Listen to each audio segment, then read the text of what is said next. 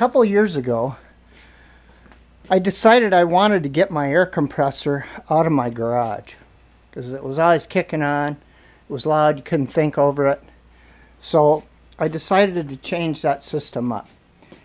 If you look up here, you can see where there's an air line there with a small dryer, and then there's a series of copper pipes, copper tubing, water line, essentially. It's the heavy wall stuff though, suspended along the ceiling here. And it's got some, some various outlets on it. So I have air in the garage here mounted with a ton of outlets.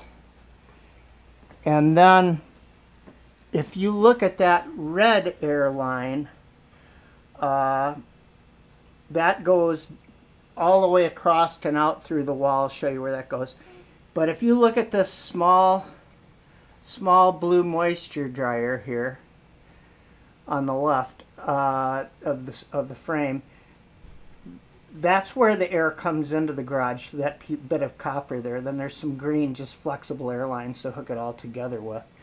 But also what happens is when that comes in, if you look over there, you'll see two copper lines over by the door that go down, and they go down to this serpentine of, there's a bunch of these U-shaped deals. Those are moisture, low spots for the moisture to trap. And then I have this setup right here, which gives me regulated air inside here in the garage. And I'll run out and show you how this all comes together. So right here I have an air reel, and that's where that red line comes in. It comes along the inside of the garage wall, comes out, goes to this Tecton air reel. So this has got air at all times. The system in the garage has air at all times. You can see the copper line coming up and going through the garage wall just above the spotlight.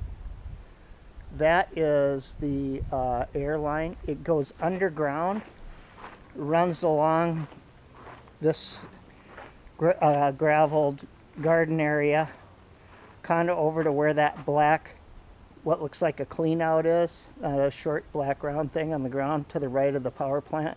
That's a 3500 kW propane, or not propane, well, it's propane or natural gas. I have it hooked to natural gas backup power plant, all automated. Then it runs underground, comes in here to the RV parking area. It runs around, and it runs around to this building right here.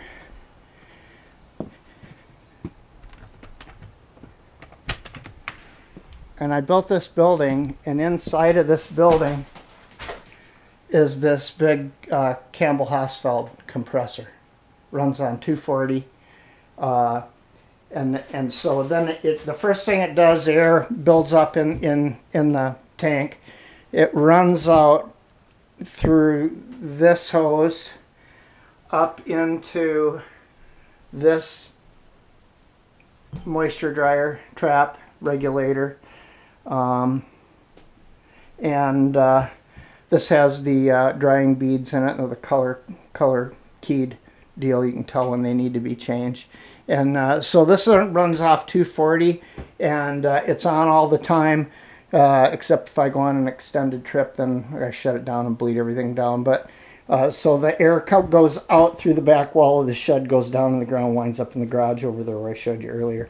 I also have in here, I have a dry media blasting cabinet, which is going away soon because I bought a vapor polisher or vapor honing machine from Vapor Honing Technologies to do the Valkyrie with. So this has worked pretty well. This cabinet, it's a Harbor Freight cheapie, and I've done a fair amount of blasting with it, but it is filthy, it is dusty, as you can tell.